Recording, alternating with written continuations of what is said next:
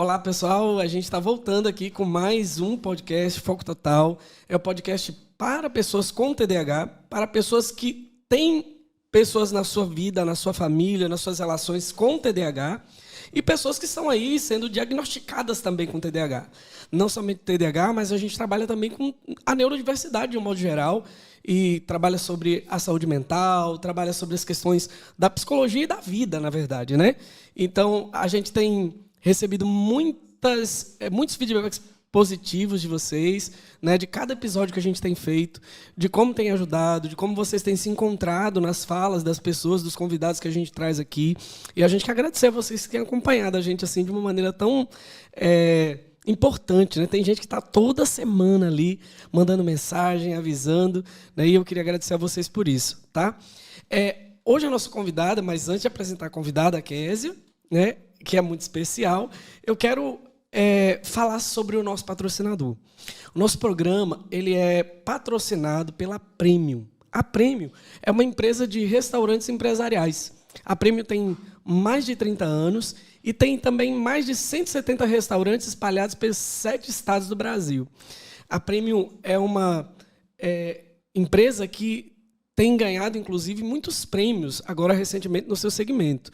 É uma empresa maravilhosa e a gente quer dizer para você que, se você quiser conhecer mais sobre a Premium, você pode ir lá no site somospremium.com.br. Vem ser Premium com a gente, porque aqui o podcast é Foco Total e é Premium também. E agora, Kézia. Kézia, a gente se conheceu, você foi minha orientadora do meu projeto, do meu estágio de psicologia escolar, né? Isso aí, Acácio. Lá no Colégio Jardins. No Colégio Jardins. Isso, a gente se conheceu lá. Foi um tempo muito legal que a gente viveu ali, né? E Kézia, gente, eu pedi a ela, Kézia, escreve um pouquinho sobre o seu currículo. Aí ela mandou um monte de coisa aqui, né? E aí eu queria... Kézia, ela é especialista em saúde mental e atenção psicossocial, mestra em psicologia social e agora doutoranda em psicologia. Então, você está vendo aí que o negócio aqui é premium mesmo, né? Ela atua como psicóloga clínica e é professora dos cursos de psicologia e pedagogia. E uma novidade, agora você é professor também. Maravilha, Cássio. Eu recebi o convite da Fama, né, para ensinar uma matéria sobre transtornos do neurodesenvolvimento. Na especialização deles de psicopedagogia. Uhum. E aí, muito obrigado, Fama, também, né? E aí é bom salientar, né, que a Cássio, enquanto estagiário, quero dizer que ele era uma pessoa extremamente responsável, para frente, trouxe muitos projetos que contribuíram e permaneceram na instituição, né? E que eu aprendi muito com ele e tenho certeza que hoje também vou aprender bastante nessa conversa. Com isso, mas é verdade. Então, foi um prazer. O prazer foi meu. Foi um prazer diante dos desafios, né, que a escola apresenta. A gente conseguiu construir lá algo significativo, né, graças ao olhar do Acácio. Graças a você, porque eu cheguei lá totalmente cru, né? E aí Kézia dizia, não, por aqui, não faz isso assim e tal. E eu ia fazendo, né? E foi também uma grande fonte de aprendizado para mim. E, Kézia, hoje a gente vai falar um pouquinho sobre o estigma que as pessoas com TDAH têm, né? De um modo geral, e aí, como psicóloga social, né, como mestra em psicologia social, você pode falar sobre isso, sobre como as pessoas recebem, por exemplo, as pessoas com os transtornos, de um modo geral, né? Existem, e aí eu vou começar com a primeira pergunta. Tá. Existe algum mito, existe algum estereótipo nas pessoas com transtorno mental? Uhum. Ou sobre os transtornos mentais de uma forma geral? Sim, Acácio, perfeito. Existe sim, né? Ainda hoje em dia nós temos acesso à informação, porém muitas vezes essas informações elas são levadas, né, pela mídia, pelos meios de comunicação, de forma imprecisa. E aí o que é que acontece? Isso contribui para alguns mitos, algumas rotulações diante de pessoas com transtornos mentais, né? O TDAH ele se inclui nesse âmbito, nesse parâmetro aí. E aí o que é que seriam esses mitos, né? Primeiramente, a gente pode pensar em contextos e aí a gente pode pensar por faixas etárias. Acho Certo. que fica mais fácil Ótimo. para a pessoa que está assistindo compreender. No âmbito escolar, por exemplo, pessoas, né, crianças com algum tipo de transtorno mental ou com TDAH, o que é que acontece geralmente? A instituição, ela pode, né, acontece de achar que aquela criança ela tem uma dificuldade de aprendizagem, que ela não vai se socializar, né? E aí colocar nomes, nomear a criança, né, a partir do transtorno, a partir do diagnóstico, enfim, e deixar de considerar a singularidade da criança como um todo. O que é que acontece também? Quando tem numa instituição pessoas com o mesmo transtorno, a equipe acha que, por ter o mesmo transtorno, elas deveriam ser iguais. Então, esse é um... Puxa, Kézia, isso é fantástico, isso. Maravilhoso isso. Porque, veja, nem todo TDAH é igual. Você falou aí, por exemplo, vai ter dificuldade de aprendizagem. Nem sempre um TDAH ele vai ter dificuldade de aprendizagem. Perfeito. Né? Porque não é só pela atenção que a gente aprende. Né? A gente tem a memória, a gente tem a inteligência, a gente tem o raciocínio. Inúmeros outras áreas mentais que podem contribuir para o nosso aprendizado. Né? Mas tem um estigma ali. Tem um estigma. Né? E o estigma é justamente isso, né? Atitudes negativas, discriminatórias, né? Diante de pessoas com TDAH ou com outros tipos de transtorno. Então, a gente vê esse rótulo, né, que é colocado nas crianças, né? Mas como eles são diferentes, se eles têm o mesmo transtorno, ou se apegar às características mais conhecidas e achar que a criança tem que entrar naquele padrão. Todo TDAH precisa ser hiperativo. Né? Esse é um padrão que as pessoas acham que, por exemplo, toda criança com TDAH tem que ter hiperatividade. Aí a gente pergunta, e o que é ser hiperativo? Né? Porque aí entra um outro mito, né? A criança é hiperativa, então ela não para quieta. Não, às vezes inquietude é mental. São vários pensamentos ali, né? E não a necessidade de pular, de correr. Isso vai variar, né? De indivíduo para indivíduo. É verdade. Então, essa dificuldade, eu saliento, evidencio, Acácio, de compreender a singularidade de cada um. Acho que é o que mais norteia a questão do TDAH com crianças. Com adultos, né? O que é que a gente pode pensar? Muitas pessoas com TDAH, num ambiente de trabalho institucional, elas escondem que têm esse transtorno, ou pessoas com outros transtornos mentais, né? Elas não querem que a equipe saiba, porque têm medo de serem julgadas, discriminadas, e realmente isso pode vir a acontecer justamente por essa falta de informação diante dos transtornos mentais. E, Kézia, eu acho que esse é um dos grandes motivos de sofrimento da pessoa adulta com TDAH. Porque, veja, eu costumo dizer assim, por exemplo, o autismo ele tem características específicas, né? Tem lá as estereotipias, né, que a pessoa fica fazendo, existem algumas coisas específicas relacionadas ao autismo. A ansiedade, a gente tem o transtorno de ansiedade em que a pessoa começa a tremer, tem a crise de pânico, né? Tem os suores, e aí, Sim. Quer dizer, isso vai se manifestando a depressão, né? Os transtornos de humor, a pessoa fica naquela oscilação de humor e tal. E aí o TDAH, ele é uma pessoa comum. Não tem assim uma faixa que estabeleça especificamente que é isso. Não tem uma coisa igual para todo TDAH adulto. E o grande problema é que o TDAH adulto, as pessoas começam a cobrar dele, exigir dele que ele seja como uma pessoa neurotípica. Perfeito. Né?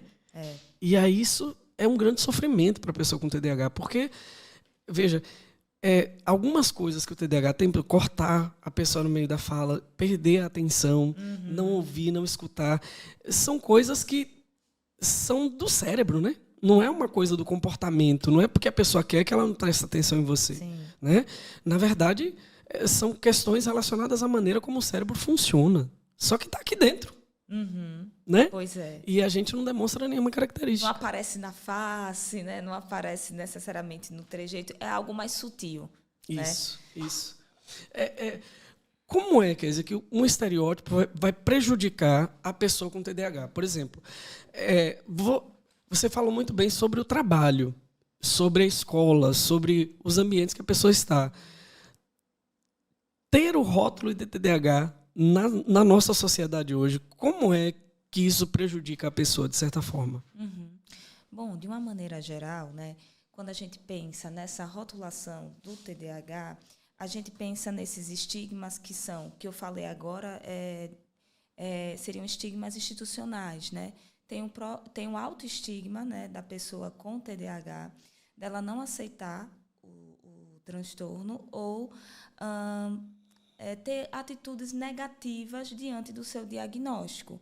E aí isso pode gerar aquilo que a gente entende como contribuir, na realidade, para possíveis comorbidades, né, Acácio? Como ansiedade, a depressão, né, baixa autoestima, sentimento de menos-valia, muitas vezes também nem tentar fazer as coisas, achar que não vai conseguir, né, a partir desse diagnóstico, não vou conseguir mesmo, não tenho capacidade para isso.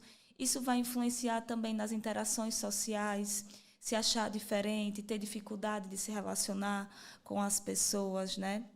Então, os estigmas, os mitos, os estereótipos, os preconceitos e discriminação com pessoas com TDAH geram uma repercussão na vida do indivíduo como um todo, no seu bem-estar, né? Na relação com si mesmo e com o mundo. E aí entra um outro componente, Acácio, que é a família. A família, a gente sabe que pode ser a base, né? Apoiar, mas muitas vezes a família também é influenciada por esses estigmas. Isso. Né? A mãe de uma criança com TDAH, né? Tá lá o menino correndo, pulando, o menino não para quieto. As pessoas já olham para aquela mãe.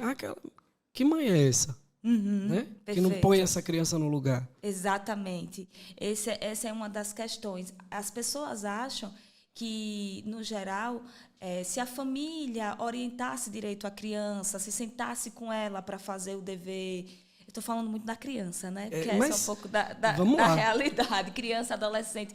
Se tivesse mais próximo a ela, talvez a criança seria diferente. Isso vai ao encontro de achar que esse transtorno não existe, né? Justamente. E, assim, essa fala sua é maravilhosa, porque as pessoas dizem isso. TDAH é falta de disciplina, é falta de castigo, é falta de surra até. Tem gente que diz isso, né? A gente falou com Tatiana no último episódio que a psicologia, não é que a psicologia proíbe bater, é que a gente... os estudos comprovam que a punição é menos eficaz do que o reforçamento positivo. Sim. Né? Então, não é a gente que proíbe, é que não é eficaz, né, para isso. Mas veja, essa mãe que tem uma criança TDAH, ela já começa a ter problema aí, porque ela não consegue controlar essa criança, ela não consegue manter a rotina da criança. É muito difícil manter a rotina de uma criança com TDAH. Né? Então, assim, é muito difícil, por exemplo, se na hora da escola o seu filho chorar, não querer ir para a escola. Ou então chegar em casa e não querer fazer os exercícios. Ou aquele adolescente que não faz os exercícios, não faz as tarefas, que você, mãe, você, pai, tem que ficar ali o tempo inteiro. Então, a escola cobra. A família cobra, né? Todo mundo cobra. E, como você falou, é como se as pessoas achassem que se chegasse lá e dissesse, fulano, faz seu dever, que simplesmente a pessoa ia chegar lá e fazer. Que é falta de força de vontade, isso, né? Isso. Se você quiser, você consegue se concentrar. Se você quiser, você consegue dormir cedo, manter uma rotina, né? Isso. Enfim. Quer dizer, isso acontece, na maioria das vezes, com todos os transtornos, né? Exato. Se você quiser, você sai da depressão. Pois é. Se você quiser, você sai desse quarto. É falta de fé. Falta de fé. Né? A gente está, inclusive, no Setembro Amarelo, né? E a depressão, ela tem esse estigma, né? As pessoas começam a dizer que você pode sair simplesmente, né? Eu fico pensando que, às vezes, quando eu estava lá na faculdade, o primeiro ano de psicologia era aquele negócio, aquele mundo de biologia, né? A gente tinha que estudar cérebro, tinha que estudar um monte de coisa, biologia. As meninas ficavam perguntando, mas por que a gente tem que estudar tanta biologia para entender o comportamento? Né? E aí, é por isso que a gente entende, né? A depressão, ela tem ali uma baixa de neurotransmissores, de serotonina, né? De dopamina, que, inclusive, essa baixa modifica o comportamento e aí cria um ciclo. Perfeito. Né? a pessoa baixou, fica triste, continua baixando, fica triste e cria um ciclo ali de, né? E às vezes até o remédio, o uso do remédio. Sim. Né? O medo, né? Aí eu volto para as crianças, tá bom? Certo, vai lá. Mas isso tem os adultos também, sabia? Tem muito paciente meu adulto, assim, gente que está fazendo avaliação e que pergunta, eu vou ter que usar medicamento? Eu vou ter que usar medicamento a vida inteira? Exatamente. E tem gente que não quer usar. E achando assim, quais os efeitos colaterais da medicação, né? E aí toda essa preocupação e medo de tomar a medicação. E quando eu falo de crianças, é justamente as famílias ainda com mais receio por ser criança. Isso. Né? Isso. Que isso vem a deixar a criança apática, letárgica, né? A partir do uso de medicação. Então, ainda existe muito preconceito diante do uso da medicação, que vem para nos auxiliar. Né? Até tem um estigma que, assim, tá no meio, assim, que crianças com TDAH que tomam medicação, a medicação não deixa elas crescerem tanto como elas cresceriam. Só que isso tem estudos que comprovam e tem estudos que não comprovam. Isso é uma coisa ainda que paira uma dúvida, uma certa dúvida. E os pais têm medo.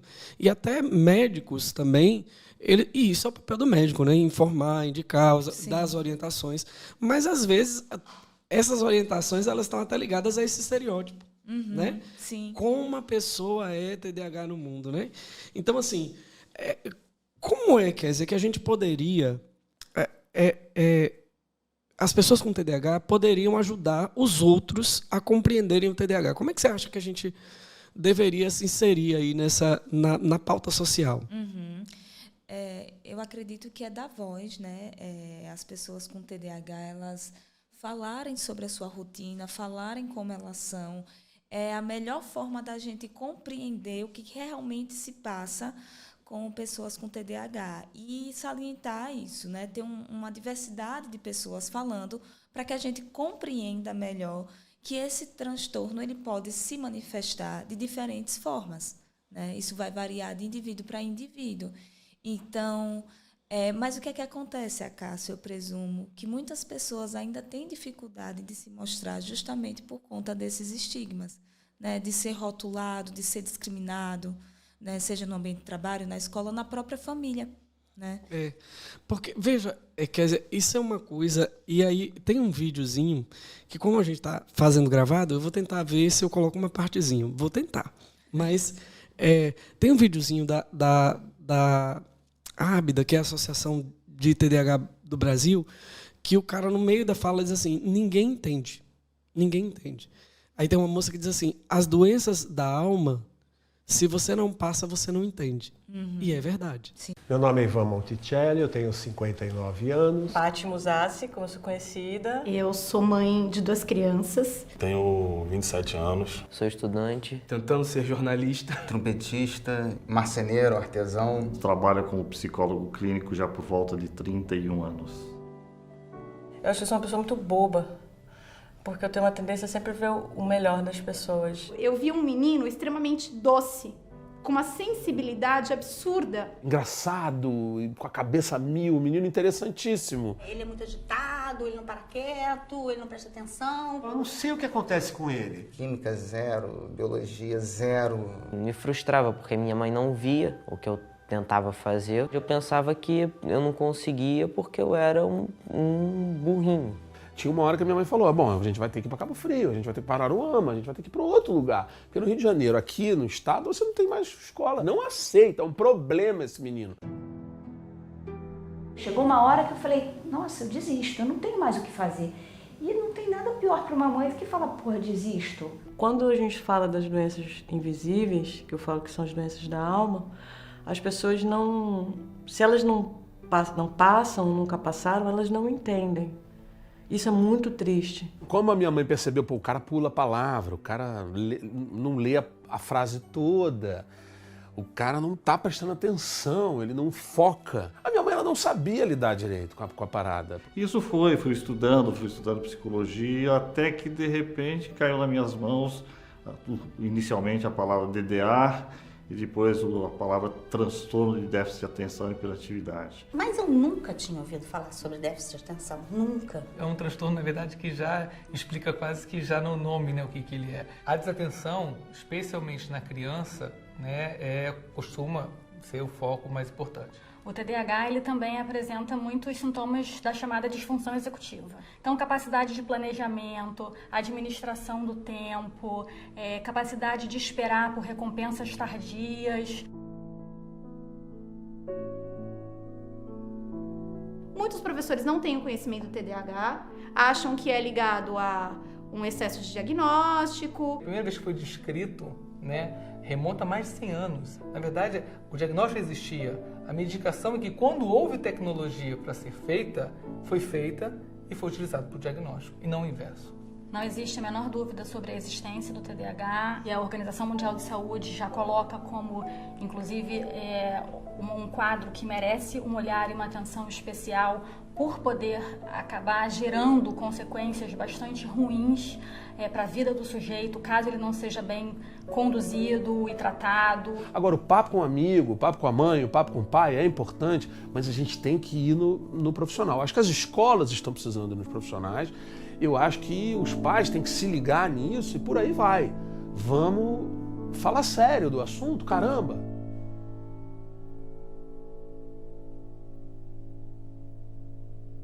Sabe quando você sente que as pessoas não querem ficar com você? Minha vida hoje é uma sucessão de erros. Eu sou resultado de uma desinformação absoluta. Estava numa depressão bem profunda. Pô, usei droga pra caramba, entendeu? Bebi pra caramba, fiz um monte de merda, entendeu? A ponto de desistir de mim, né? Na época eu não queria saber de pai, de mãe, de filho, de ninguém. Eu tenho um filho que tem o mesmo problema que eu. Na infância chamavam de idiota, sei lá. Eu me sinto isso, uma promessa não cumprida.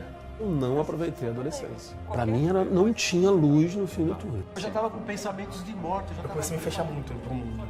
Acabou comigo. Eu tinha vontade de pedir o divórcio de mim. Quando eu venci, que eu tomei a primeira vez a medicação, que eu percebi que aquele barulho dentro da minha cabeça, aquele ninho de gralhas tinha calado, eu falei, meu Deus, cadê minha vida? Cadê minha vida que estava aqui? Ninguém entende. Ninguém entende. Entende. É difícil. Eu ouvi de uma pessoa da minha família a seguinte frase: tudo que as pessoas diziam que eu era, não era o que eu era o que eu tinha. Porque que eu sou é muito maior do que isso. Eu sou uma pessoa rica de experiência. Eu me vi justamente no diagnóstico de TDAH, entendi várias coisas que aconteceram na minha vida. A partir do momento que a gente entendeu o que ele tinha, nossa, foi tão mais fácil. O tratamento correto com a medicação, com a psicoterapia, com a fonoterapia, consegue reverter muitos desses sintomas. E eu consegui fazer com que o possível sofrimento de minha filha fosse uma coisa extremamente reduzida. Comecei a fazer o tratamento, aí fiz o primeiro show. A questão é, o que eu vou fazer com isso de agora em diante? Né? Eu não posso me acomodar com o que eu tenho. TDAH não é pra mim, tipo, uma parte a mais. Pra mim, tipo, já sou eu. É trabalho, sabe? É no dia a dia que hoje eu consegui essa vitória. Eu percebi que eu tinha um campo imenso de coisas pela frente. A primeira reunião de grupo que eu fui e vi que tinha outras pessoas iguais a mim, isso me deu uma energia tão grande. Pra mim a sensação é que eu encontrei uma família, porque eu tinha a sensação que eu era de outro planeta. Eu tô me encontrando, assim, agora. Então, assim, ninguém entende a força que é você ter que ficar ali colado numa folha e as coisas tirando sua atenção. Uhum. Como é difícil para uma pessoa TDAH conseguir ler um livro, um capítulo, sabe? Eu me lembro, o Dr. Eric até falou no primeiro episódio. Quando eu li meu primeiro livro assim todo, eu voltei para ele para dizer, eu li um livro. Sabe que não era livro por exemplo, de trabalho, de escola, que esses eu li porque tinha que ler. Né? Mas livro... E aí eu comprei um livro de poesia. Era um livro de reflexões, e aí eu fui e li o livro inteiro. Gente, foi assim... Uma vitória. Então você imagina, eu já com quase 30 anos, descobrindo o TDAH, é a primeira vez que eu tinha conseguido ler um livro inteiro. Sim. Né? Então, assim, os estigmas, eles criam essa ideia de que a pessoa é imperfeita. Né? De que não vai conseguir, não vai dar certo, não vai valer. Né? E a pessoa, como você falou, a pessoa engole isso. Isso acaba trazendo essa negatividade, essa discriminação com si mesmo. E aí vai gerar um efeito dominó, né? Que a gente fala, né? Dificuldade de adesão a um tratamento adequado também, né? Se negar a fazer psicoterapia, a tomar algum tipo de medicação, e, enfim. Você estava falando, Acácio, sobre essa questão da gente ouvir pessoas com TDAH. Acho que semana passada eu ouvi de uma pessoa com TDAH uma descrição que eu achei muito interessante, que na mente dela sempre teve um caos, um barulho muito grande. E aí, quando ela passou a tomar medicação, que é algo recente, há um silenciamento, um silêncio. Eu achei essa definição muito importante e muito sensível para que a gente entenda como pessoas com TDAH se sentem. E há um estranhamento com esse silenciamento na mente. Né? De imediato, com o efeito da medicação.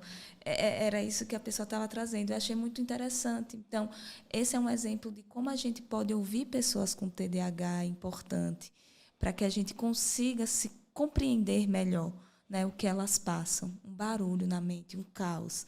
Você sabe o que é que tem um caos na mente o tempo todo, o dia todo? Terrível. Eu tenho um cliente que ele começou a tomar medicação essa semana. Sim. Semana passada. A gente fez a avaliação e tal, e aí ele foi ao médico e o médico passou a medicação. Tá. Ele mandou um áudio para mim, quer dizer, num dia. Eu tô conseguindo trabalhar. Você não sabe, hoje foi o dia mais produtivo da minha vida. Eu consegui fazer muitos trabalhos, eu consegui... E aí ele falou assim que tinha conseguido. Quer dizer, uma coisa que para as pessoas neurotípicas é a normalidade da vida. Pois é. Ser produtivo não é a normalidade da vida. Eu consigo fazer. Eu me organizei e fiz todas as tarefas que eu tinha para fazer. Isso é uma coisa que qualquer pessoa neurotípica geralmente faz. Sim. Né? Mas o TDAH, ele vai estar sempre enrolado com essas questões, né? Enrolado com a procrastinação, né? Enrolado com E veja, a procrastinação, por exemplo, é uma coisa complicada. Tem um negócio chamado de paralisia do TDAH. Você já ouviu falar, né? Paralisia do TDAH, a pessoa tem um monte de coisa para fazer. Sim. E aí, quanto mais ela tem coisa para fazer, aí parece que ela trava. Bloqueou. Sim. E aí acabou. E aí ela tem que parar mesmo. Ela para mesmo, totalmente. Sim. E aí a medicação ajuda, por exemplo, nesse momento de não parar. De não dar essa pausa. Né? Veja, quer dizer, para você, o que a gente poderia dizer assim? A gente já falou da hiperatividade na criança, a gente já falou, né? Mas o que seriam os maiores mitos ou os maiores estereótipos que a gente ouve aí das pessoas com TDAH? O que você acha que seriam? Que as pessoas com TDAH são imaturas, que as pessoas com TDAH são indelicadas, que elas não têm capacidade para aprender o suficiente, ou às vezes o contrário também, que pessoas com TDAH são superdotadas, vai de 8 a 80, né? Que as pessoas com TDAH não têm caráter, né? Que as pessoas com TDAH são desequilibradas emocionalmente, né? Então, é difícil de você confiar nelas, porque elas podem ter uma variação de humor. Você veja o quão, Acácio, é pesado isso que eu estou falando. Mas é o que circula. E é isso mesmo. É isso mesmo, assim. De um modo geral... e aí muita gente, por exemplo, me pergunta assim, Acácio, você acha que eu devo falar na minha empresa que eu tenho TDAH? E aí eu digo, olha, eu acho que você pode falar para as pessoas que você tem um bom contato. Pessoas que vão lhe entender, que podem lhe dar suporte para as suas dificuldades. Mas você não precisa veicular isso. Assim, abrir, eu tenho TDAH. Né? Porque nem todo mundo está educado para entender. Exato. Cássia, eu estava lembrando, né, quando você me fez o convite para estar aqui, a minha monografia foi há 11 anos atrás e foi sobre TDAH na contemporaneidade. Era assim, TDAH na contemporaneidade, o olhar dos profissionais atuantes no tratamento das crianças. E eu escolhi esse tema há 11 anos atrás porque estava começando a falar sobre esse transtorno, né? A nível de diagnósticos, de tratamento, isso há 11 anos atrás. De lá para cá, a gente vê que a informação ela acabou se propagando sobre o transtorno, mas eu comecei a pensar, né, a partir do título, né, da chamada de hoje, do seu podcast, que tipo de informação é essa que vem sendo propagada? Por aí a qualidade dessa informação, né? Como eu tinha dito no início da nossa conversa, né? De que forma as mídias estão levando esse tipo de informação. Então, por um lado, nesses últimos 11 anos, a gente vê que se expandiu o conhecimento do TDAH, mas, ao mesmo tempo, é questionável que tipo de informações estão sendo levadas, né? No contexto escolar, que é um contexto do qual eu vivenciei durante muitos anos, o que acontecia? Quando não sabia o que uma criança tinha, ela deve ter TDAH, né? Joga lá no TDAH. TDAH, né? Vai que cola, né? E aí o TDAH ou o transtorno do espectro autista, né? Circula por ou os dois, né? Na mesma criança. Mas há uma rotulação também das crianças que são inquietas, são inquietas, que têm dificuldade de aprendizagem. Os meninos são mais danados, então há esse mito que só os meninos têm TDAH, meninas não têm, meninas têm que ser delicadas, sensíveis. Se for desse jeito, se não for desse jeito, ela provavelmente tem TDAH, né? Isso é uma coisa também que circula em questões de gênero, né? Um mito em questões de gênero, sim. né? E esse, quer dizer, é um dos fatores que mais impedem o diagnóstico de mulheres. Uhum. Porque, veja, a criança, a menina com TDAH, ela começa a brincar lá de correr, de pular, de jogar bola. Ela quer jogar bola com os meninos. Uhum. E aí a mãe diz, mas você não é menino para jogar bola com os meninos, você quer correr, brinque de boneca. Exato. Né? Então, não pode dar cambalhota, que vão ver seu calcinho, não suba na árvore. E aí a menina começa a ser... Ela, na verdade, começa a tentar se adequar às regras, porque ela fica ouvindo aquelas brigas o tempo inteiro, né? Uhum. E aí a hiperatividade se torna mental. E é por isso que a grande maioria das mulheres com TDAH, elas têm um transtorno de ansiedade, junto aí do TDAH como comorbidade. Porque elas vão engolindo, né, isso aí. O quanto a questão cultural muitas vezes é cruel, né? Nas questões de gênero. Você entrar no molde construído socioculturalmente, né, para isso. E aí impede o diagnóstico ou falsos diagnósticos, né, que acabam sendo aí impostos nas crianças, né? Então é isso que eu fiquei pensando, né, nesses 11 anos.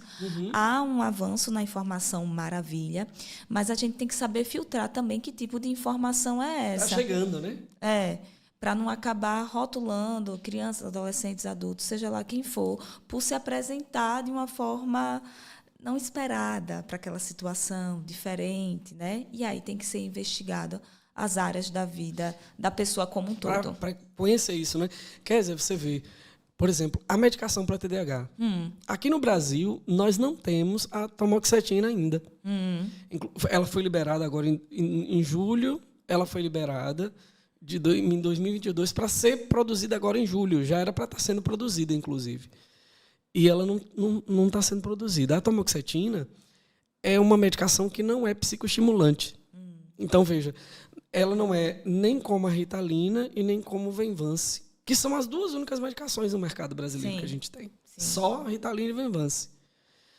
Então, veja, você tem aí um problema de vício até, né? Porque essas duas medicações, e veja, às vezes acontece muito pela impulsividade do TDAH, de, por exemplo, o médico passa lá 10 miligramas. Aí, na primeira semana, quer dizer, que a gente toma as 10 miligramas, a gente fica assim, extasiado. Né? Porque, puxa, a gente consegue fazer muita coisa com 10 miligramas. Certo. Só que depois que passam aí uns 30 dias, o corpo ele vai encontrando a homeostase, né? Encontrando um melhor nível. E aí a gente começa a ter problema. Mas não é por conta que a medicação não está fazendo efeito. é porque nós temos comportamentos que já estão ligados à nossa maneira de ser. Às vezes, por exemplo, eu percebo, Kézia, que a procrastinação, em algumas pessoas com TDAH, não é porque não é mais uma questão cerebral. Já é uma coisa que se tornou da vida da pessoa. Né? Ela já aprendeu aquilo. Como você falou. Ela diz, então não vou nem fazer porque eu não vou conseguir. Né? Sim. Então, veja, a gente não tem no Brasil a atomoxetina, que é uma medicação que não, por exemplo, possibilitaria que as pessoas não ficassem viciadas na medicação. Né? Então, assim, e a gente não tem. Né? A Ritalina, inclusive, é uma droga muito nova. Ela foi sintetizada em 1944. Sim. Quer dizer, ontem. Né? Isso. Ontem. E eu acredito que, se eu não me engano, a Cássio, o boom dela nos Estados Unidos foi na década de 70. Isso. De 70 para 80. Isso. Né? Que, inclusive, houve muitos estudos sobre drogas psicodélicas e outras coisas mais. Né? Então, realmente, e veja, o TDAH nunca existia antes de 1970? Antes de 1940? Exato. Não, ele já existia. Só que é por isso que é difícil nomear o TDAH. Porque o TDAH está aqui na cabeça da pessoa. Né? Na maneira como uma pessoa sente, na maneira como a pessoa pensa, na maneira como a pessoa se enxerga. E muitas vezes o prejuízo, né, da qualidade de vida é para aquela pessoa. Né? Claro que algumas pessoas que estão mais próximas podem perceber, mas é algo muito isolado, muito solitário, íntimo. muito Isso íntimo, mesmo. né? Isso mesmo. Muito individual. E aí fica mais difícil também de ter essa rede de apoio. Né? E as pechas que o TDAH recebe, que eu acho que a gente fala de estereótipo, né? É preguiçoso. É preguiçoso. É burro. Não gosta de estudar. Vai ser o quê? Mesmo. Né? Vai ser o quê se não gosta de estudar? Né?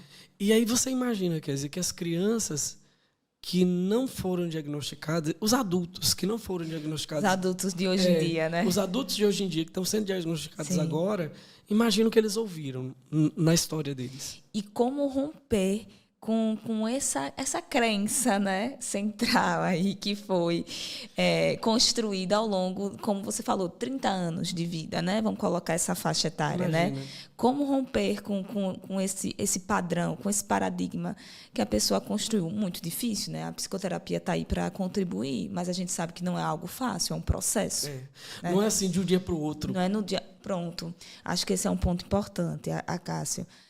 Pessoas que estão com TDAH, né, que estão nos ouvindo, nos assistindo, pensar sobre isso, né, que é um processo, vai acontecer aos poucos, que tenha paciência também consigo mesmo. Né? Importante se isso. acolhe, se abrace, que as coisas vão acontecer, mas no seu tempo. Isso. Tem uma coisa que acontece muito, Kézia, comigo, é que pessoas que têm TDAH que me procuram para fazer terapia, porque já tem não sei quantos anos tomando remédio, e o remédio não resolveu o problema delas. Né? Sim. Porque, veja, o remédio vai te ajudar a focar, é verdade.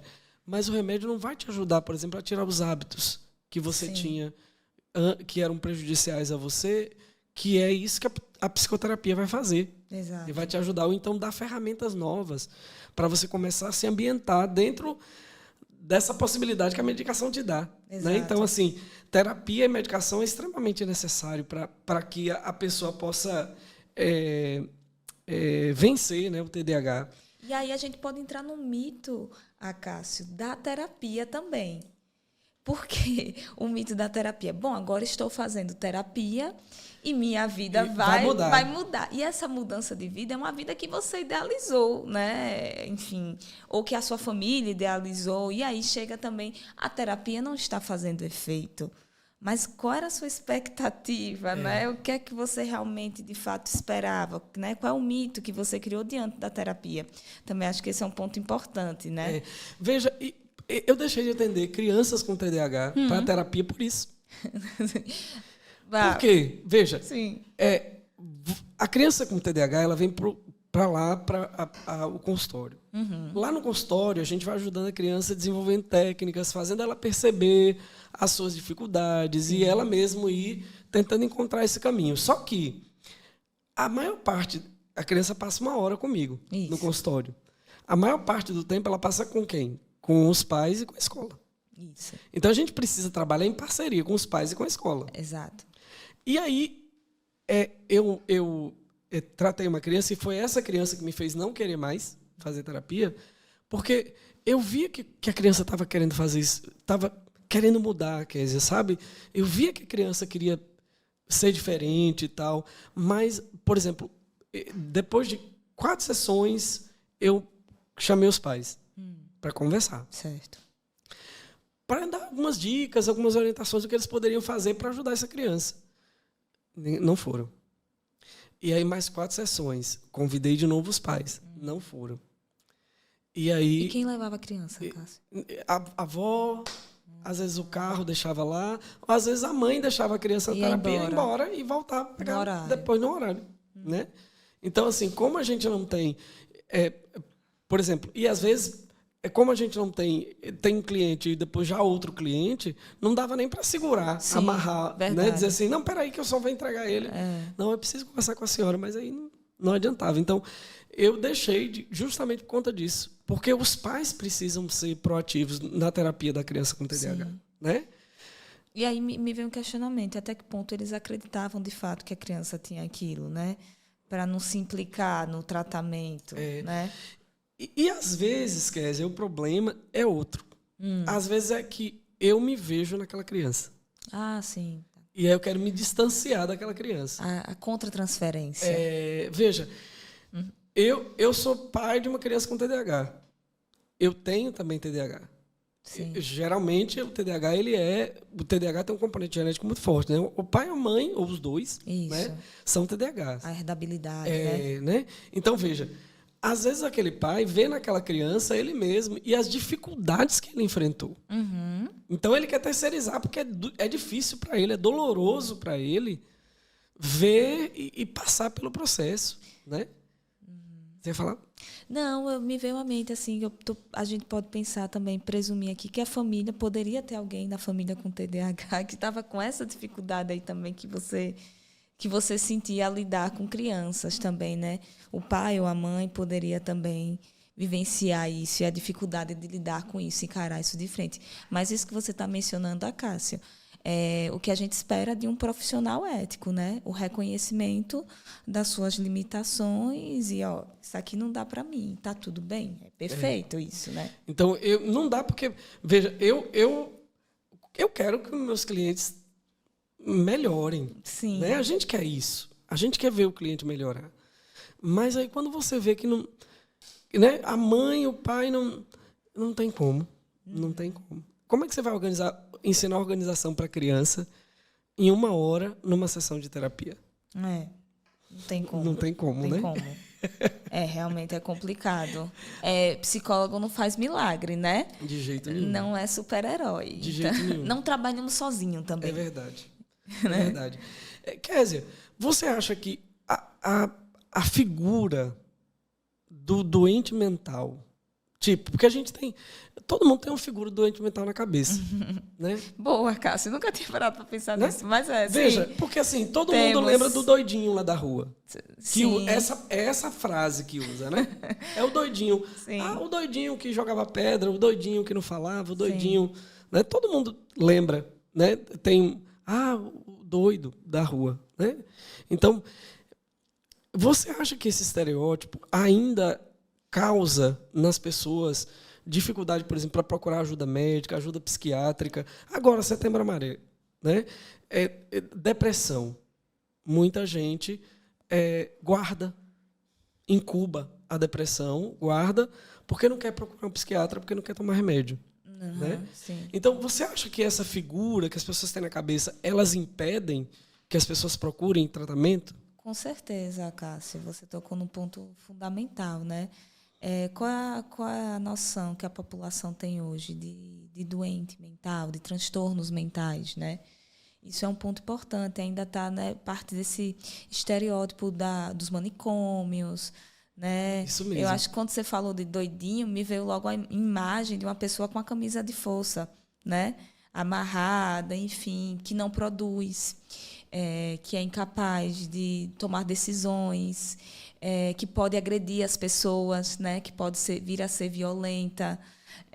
enfim, que não tem controle sobre os seus instintos, sobre os seus desejos também, passa por meio disso. E aí, o que é que acontece? Em termos de tratamento, eu não vou buscar um tratamento com um psicólogo, com um psiquiatra, porque eu não quero ser visto dessa forma. Eu não sou dessa forma da qual a gente acabou de descrever.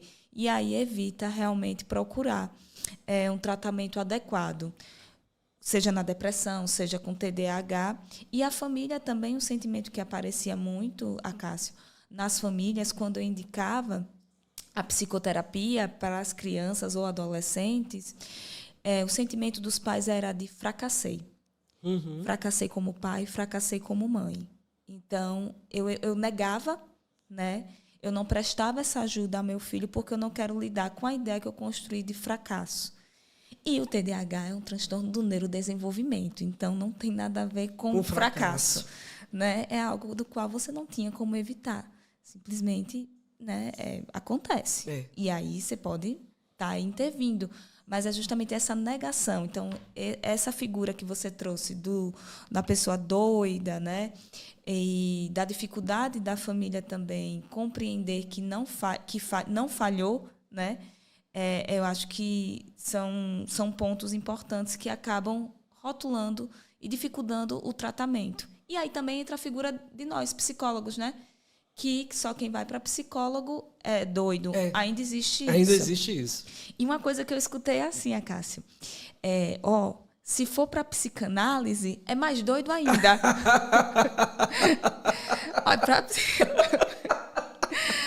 Para psicanálise, a coisa está mais séria. A psicanálise é uma abordagem, né? E aí a coisa está pior. Né? Se for para psicanálise, está pior. É mais doido. É mais doido ainda. É mais doido ainda. Escutei isso de uma pessoa um tempo atrás. Veja como... E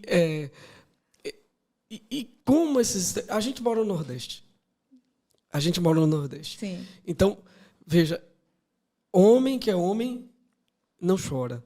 Perfeito. Essa fala de que o homem precisa ser aquele macho né? que não vai procurar ajuda. Isso, por exemplo, impede a terapia. Muitos homens têm dificuldade de se abrirem por conta desse padrão social que é imposto sobre nós. Que a gente não pode ser fraco. Né? A gente não pode chorar. A gente não pode pedir perdão. A gente não pode reconhecer que errou. Né? Então, assim... Isso é um fardo pesado de se carregar também. Claro, né? Com certeza. Veja, a gente às vezes não fala sobre isso, porque, claro, a mulher realmente é extrema... A gente vive numa sociedade patriarcal, né? Então, Sim. A mulher é extremamente mais cobrada, mais condenada. É verdade isso. Só que também, uma vez eu assisti um vídeo de homens falando sobre isso. Sobre a necessidade de eles assumirem as suas fragilidades. Né? Na terapia, às vezes, quer dizer, a gente chega nesse nó. O TDAH assumindo as suas fragilidades. Sim. Né? Porque, veja, eu nunca vou ter uma entrega igual a uma pessoa neurotípica. Nunca. Primeiro porque minha entrega é a minha entrega. Perfeito. Né? É a minha. Perfeito. E ninguém vai ter uma entrega igual a minha. Perfeito. Às vezes eu vou ter mais entrega do que outros. Em uma área... Em outra, menos, eu vou ter entregas diferentes. Né? Mas, veja, como o TDAH, eu vou enfrentar esses problemas que o TDAH enfrenta a vida inteira. Sim. Eu vou enfrentar o problema da dificuldade de dormir. Eu vou enfrentar o problema da procrastinação. Eu vou enfrentar o problema do atraso. Eu vou enfrentar o problema... Porque, veja, a procrastinação geralmente acontece quando você tem uma atividade de muito...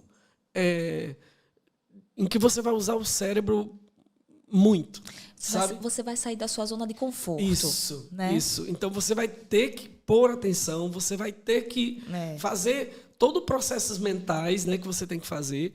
Então, veja, aí a gente começa a fugir daquele processo ali, vai procrastinando, deixando para lá. E esse fugir vai gerando ansiedade. Isso. Né? Você está fugindo, mas você não está conseguindo relaxar. Você não está conseguindo fazer outras coisas, nem se divertir. Justamente. Né? E aí as pessoas acham que isso é uma coisa... não, então se ele quiser, ele senta e faz. Eu ouvi uma vez, uma cliente me disse que o psicólogo dela, o psicólogo anterior, disse a ela assim, olha, você só precisa sentar a bunda na cadeira e fazer o que você precisa fazer. Silêncio no estúdio. Né? Quer dizer, alguém da área do comportamento que poderia estar ajudando, que poderia estar dando uma informação precisa. E aí a gente vai para esse detalhe, quer dizer, das informações precisas. Você acha que hoje a gente tem informação suficiente sobre os transtornos mentais de um modo geral? É isso. Nós temos acesso a uma série de informações, né? E aí, como selecionar essas informações? Acho que essa é a grande dificuldade, né? A quem você deve ouvir, a quem você deve procurar realmente, que fontes, né, confiáveis, fidedignas, né, você deve estar aí procurando, né? E aí a minha sugestão é que você escute, né, procure, leia a partir de profissionais da área, né? De técnicos. De técnicos, perfeito, que tem teoria e técnica, e não baseado em achismo, né? Com as mídias sociais, deu muita voz a muitas pessoas, né? Mas quem são essas pessoas que estão comentando sobre aquilo que você está ouvindo? Com TDAH ou qualquer outra coisa, a gente tem que ter esse filtro, né? E aí, sim, né? Qual é o profissional da área, né? Às vezes eu escuto assim, a Cássia. Olha, vi esse profissional no Instagram. Pode falar, né? Instagram. Pode. Vi esse profissional no Instagram. Fala tão bem de tal coisa, esse psicólogo. Deixa eu ver se eu conheço, né? Porque em Aracaju todo mundo se conhece, de alguma forma. E aí, não é psicólogo, é terapeuta, é outra coisa, outra coisa.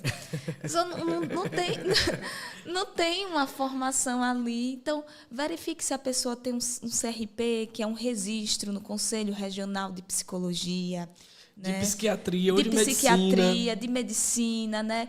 Se é um neuropediatra, né? Se está ali reconhecido, ou um neuropsicólogo, né? E tem essas variações, né? Na psicologia, na medicina. Verificar, né? Você pode ligar para o conselho, perguntar sobre o profissional. Vi esse profissional no Instagram, vou ligar para o Conselho Regional de Psicologia e colher algumas informações sobre ele. Até o contato você pode encontrar no Conselho. E assim, isso é muito importante, porque, veja, o que a gente tem hoje na internet, assim, a maior parte das coisas que a gente vê são de influencers. Isso. Pessoas que têm TDAH, que falam sobre a experiência deles com TDAH. E aí, a partir da experiência deles, começa a se criar como se aquilo fosse a experiência de todo mundo. Né? Isso. E aí, isso é uma coisa que prejudica demais. Prejudica. E é como a gente estava comentando, até mesmo a adesão a um tratamento adequado, né? A gente não sabe o que é que vai vir, o que é que está passando do outro lado, né? Se a pessoa está fazendo tratamento ou não, como é que foi. E aquela experiência daquela pessoa, como você está mencionando, é algo muito singular, muito pontual. Né? Então, a minha sugestão é essa: filtre, veja o que você está lendo, veja os profissionais que você está olhando, pesquisando orientação, porque às vezes a pessoa tem uma excelente comunicação, mas ela falta, ela não se formou naquilo. Não é técnica. Né? Não é técnica, né? Não tem... Eu acho, por exemplo, tem os cursos, que aí eles ficam vendendo os cursos, né? As pessoas ficam vendendo o curso. Como tem curso para gente com TDAH que vai consertar a pessoa com TDAH? A imersão. Em 3 meses, dividido em 12 vezes. Isso. Né? Quer dizer, você paga mais do que fica curado. Não, mas assim, a facilidade é um produto. Assim, venha, compre sua saúde mental.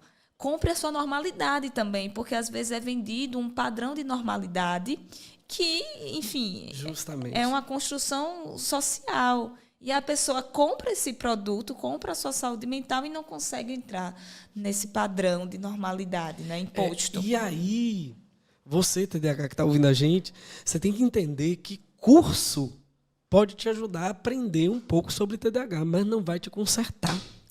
Aí a gente entra na graduação de psicologia. Justamente. Vou fazer psicologia porque eu tenho um transtorno e eu quero me entender. Né? Isso é um mito. É um mito. Ok, a teoria vai te ajudar, mas você precisa fazer a sua psicoterapia. Porque aí você vai, por exemplo, eu vejo muito isso. É a imersão. É não sei o quê. Vende esses... E aí quem está fazendo lá é um coach. Que eu tenho raiva de coach. Eu vou dizer na internet que eu tenho raiva de coach. Eu vou abrir, eu vou assumir esse BO. Não, mas não é de todo coach, tá? Mas veja, às vezes acontece isso, quer dizer, a pessoa vende aquele pacote de imersão como se ele fosse resolver todos os problemas da pessoa. A pessoa vai, aí tem lá um monte de descarga emocional, um monte de coisa, e grita, e pula, e não sei o que, e faz aquele negócio que você bota a energia, a força emocional para fora, e você sai de lá leve, relaxado. Você diz, rapaz, foi ótima a imersão, foi maravilhosa, não sei o quê. Sim.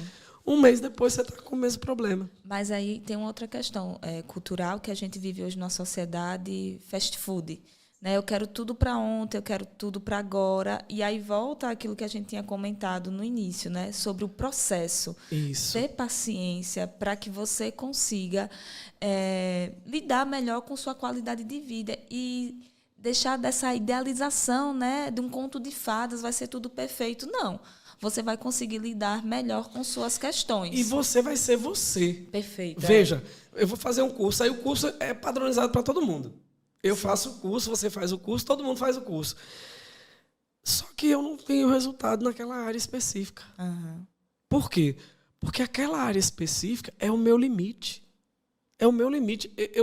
E a gente precisa ter... Assim, não é só a TDAH que precisa ter reconhecimento de limite. Eu acho que todo mundo precisa reconhecer os seus limites, né? Boa. Eu acho que todo mundo precisa saber onde ele cabe, onde você consegue chegar e até onde você não consegue chegar. Eu acho que isso é importante. Agora, veja, na terapia com TDAH acontece isso. Uhum. Às vezes, a pessoa com TDAH, ela se dá conta de que isso aqui não é para ela. Que não dá para ela fazer isso. Isso é triste? É. Mas também abre um monte de outras portas de coisas que ela é boa e que pode fazer. Mas quais são as potencialidades dessa pessoa, né? Justamente. Aí ela diz, olha, nessa área eu não sou, mas nessa eu sou. Uhum. E aí eu vou para essa. Né? Eu tive uma cliente com TDAH que ela estava fazendo um curso nada a ver. Veja, ela fez psicologia e aí ela estava fazendo processamento de dados. Eu disse, mulher, por que você está fazendo processamento de dados? Aí depois ela disse, numa das sessões, ela disse assim, eu estou fazendo processamento de dados, eu acho que é para provar que eu conseguia mexer com matemática, que eu conseguia lidar com os números, que eu conseguia lidar com os aspectos matemáticos que quando eu era criança, eu não conseguia lidar. Veja, e aí eu disse, tranca seu curso, vai fazer uma especialização na sua área, numa área que você pode. Então, veja, a terapia ajuda a fazer isso, né? A conscientizar a pessoa, a dar essa possibilidade. Veja, Kézia. A que ela se conheça, né? Também. Que ela possa entender ela mesma, entender os processos que ela vive, né? Se aceitar e se acolher, né, Cássia? Porque às vezes a gente demanda isso muito para o outro, né? Eu quero que meu namorado, minha namorada me entenda, as pessoas do meu trabalho, minha família, mas e você? Né? Acho que a sua conversa, né, aqui no podcast também vai muito, que é direcionada para esse público, acho que vai ao encontro disso, né? E aí, você tem se acolhido, né? Você tem abraçado o que você tem, de fato. Faça isso para depois, né, exigir dos outros. E aí, a psicoterapia pode contribuir com isso. Muito. E assim... O Rogers dizia isso, né? Que quando a gente se ama, quando a gente se encontra, quando a gente se ama, quando a gente aprende a se aceitar, a gente começa o processo de cura. Né? Porque a cura é quando a gente... E a gente percebe que, às vezes, até aquilo que a gente achava ruim em nós, uma coisa negativa, não era uma coisa negativa. Sim. Era uma potencialidade. Exato. Que a gente poderia ter. Porque a ideia desse episódio de hoje, Kézia, veja, as pessoas precisam entender que a gente não pode colocar as outras pessoas dentro de uma caixa. Perfeito. E rotular. Embora, por exemplo, o diagnóstico seja muito importante para a pessoa com TDAH, veja, às vezes quando a pessoa com TDAH recebe o diagnóstico, ela diz, que bom que eu recebi o diagnóstico porque eu pensava que era de outro mundo. Porque ninguém era como eu. Isso. Entende? Ninguém tinha as dificuldades que eu tinha. Então, quando eu estava ouvindo uma moça que é autista falando sobre isso, e ela diz, olha, quando eu recebi o diagnóstico de autismo adulto, não tinha. Eu fui procurar autismo adulto e não tinha ninguém falando de autismo adulto. Tinha falando só de criança, e nada sobre autismo adulto. Né? Então, veja, o que acabou acontecendo? Ela abriu um canal e aí ela começou a ver que tinha muita gente. Sim. Né? Então, o episódio de hoje, quer dizer, é justamente para que as pessoas... Primeiro, você, TDAH, entenda que você não cabe na forma do TDAH. Você é uma pessoa além do TDAH. Para além do que o TDAH limita você. Você tem potencialidades que eu não tenho, que Kézia não tem, que outras pessoas não têm, e coisas que você também não tem. E tá tudo bem não ter essas coisas, não ser igual ao padrão que a sociedade demanda de uma pessoa com TDAH. E você precisa abraçar suas dificuldades. Não é isso, Kézia? Exato. Abraçar suas dificuldades e conseguir romper, né, com esses estigmas que a gente falou o tempo todo aqui, né, principalmente com essa questão, Cássia, que acho que nossa conversa vai em volta disso, que é eu não consigo, né, eu não posso fazer isso. O que é que você está querendo fazer? Acho que foi o caso que você trouxe da sua paciente, né? Sim. Isso diz respeito a você, de fato, né, com suas características, com aquilo que você gosta. E assim, você é capaz, você pode ser bem-sucedido, sim, né? Agora, isso tem que fazer sentido para você. Para dentro. A gente já está terminando, né? Falta um pouquinho aqui. E você está vendo essa chave aqui? Estou bem discreta. Bem discreta, né? Chaveiro. Está vendo esse cordão aqui? Sim. Eu ganhei de presente de uma pessoa que me deu de presente depois que eu postei no Instagram uma situação que aconteceu comigo. Acho que você não viu. Não. Eu fui para o mercado comprar fruta, não sei o quê. E aí, dia de sábado, e aí quando chegou lá, eu fui no caixa eletrônico e saí do caixa eletrônico. Quando eu cheguei na moto, cadê a chave? Perdi a chave da moto. Nossa. Mas tinha uma chave reserva. Tinha perdido a chave reserva. Como bom TDAH, eu tinha perdido a chave reserva. Aliás, eu perdi a chave, quebrei a chave reserva e tinha outra chave reserva que ninguém sabe onde está. Até hoje. Essa chave reserva é porque, assim, Kézia, eu digo aos meus clientes, estudos científicos comprovam isso. Quando a pessoa com TDAH nascem 5 duendes que vão acompanhar ela e vão esconder tudo dela. Ela vai colocar a caneta aqui, o duende vai esconder, e quando ele não quiser mais, aí o duende vai lá e coloca. Ele já estava aqui o tempo todo. Sim, verdade. Tem um estudo científico já nos Estados Unidos. Isso. Pode procurar. Já li um artigo sobre isso. É o que acontece com coisa falsa que as pessoas dizem, né, Kézia? Acaba acontecendo. Então, veja. Estudos, pesquisas, no plural. Pesquisas. Ninguém sabe que pesquisa é. Que pesquisa foi, justamente. Pesquisas. Então, eu ganhei. Por quê? Primeiro, eu mandei fazer a chave porque eu tenho um chaveiro. Meu chaveiro, todo mundo diz assim, o meu médico, o meu psicólogo, eu tenho o meu chaveiro. Sim. Porque o meu chaveiro é o cara que faz as minhas chaves de minha casa, do trabalho, da moto, do carro. Então, é o meu chaveiro. Ele sabe. Então, o meu chaveiro pegou, fez a chave e disse, Cássia, agora eu vou te dar esses números aqui, tal. Botou no meu WhatsApp. E disse, quando você perder a chave, não precisa nem, se eu tiver fechado, não precisa nem ir lá. Você chega em qualquer chaveiro e diz, esse número, esse, que ele vai fazer uma chave e vai te entregar. Disse, graças a Deus. Quer dizer, o meu chaveiro já está me dando os segredos do chaveiro. Porque ele está vendo que eu estou gastando dinheiro demais com chave. E aí, veja, quer dizer... Mas te deram... Aí me deram esse colar. Me deram esse colar. Um cliente, né? Me deu esse colar para botar a chave. Agora eu quero ver. Agora eu vou para o mercado, eu vou para o podcast, eu vou para qualquer lugar. Mas vou perder. Agora, veja. Eu podia fazer como... Antes do TDAH, isso me machucava muito. Eu dizia, poxa, de novo. Gastar dinheiro de novo com chave, perder dinheiro de novo. Quer dizer... Nesse dia que eu perdi, eu disse, vou ligar para ele. Fulano, quebrou a chave, foi a Cássia. Perdeu, foi o que agora? Não, perdi a chave. Tá bom, tô indo aí. É isso. Exatamente. O que eu vou fazer? Sair dessa idealização, né, da pessoa que de você que gostaria eu vou de ser. Não vou ser. Eu não vou ser. E tá tudo bem. E tá tudo bem. Pois eu não vou deixar de perder chave. E tá tudo... Essa aqui eu vou perder. Pois é. E aí eu já tenho outra lá guardada, né? Porque eu sei que essa eu vou perder. E aí, é perfeito o seu exemplo, Cássia. A psicoterapia entra nisso, né? na aceitação de você criar formas de ter uma qualidade de vida, mas não mudar, não criar nessa... Porque tem coisa que não vai mudar, Kézia. Perfeito, A gente já está encerrando, mas assim, tem coisa que não vai mudar. Nem com medicação, nem com terapia. Tem coisa que não vai mudar. Exatamente. E aí você vai precisar aceitar. Você vai entender que você é assim. Uhum. Né? E aí é isso. E tá tudo bem. E tá tudo bem. Aí. Colar de chave. Né?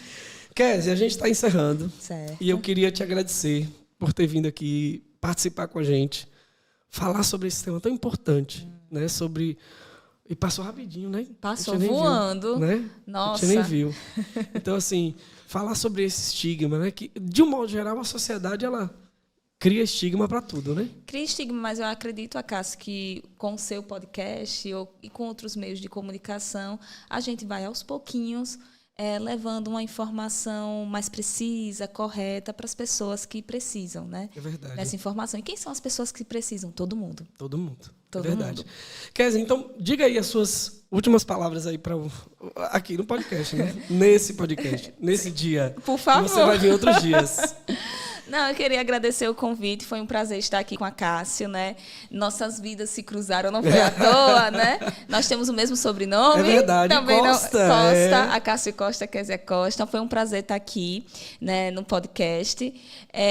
E aí, eu espero que nossa conversa contribua aí. É verdade. Né? Vai contribuir, com certeza. Gratidão, Acácio. Gratidão a você, Kézia. Gente, e até semana que vem. Agora, semana que vem é muito importante... Porque semana que vem a gente vai fazer o nosso podcast ao vivo, tá?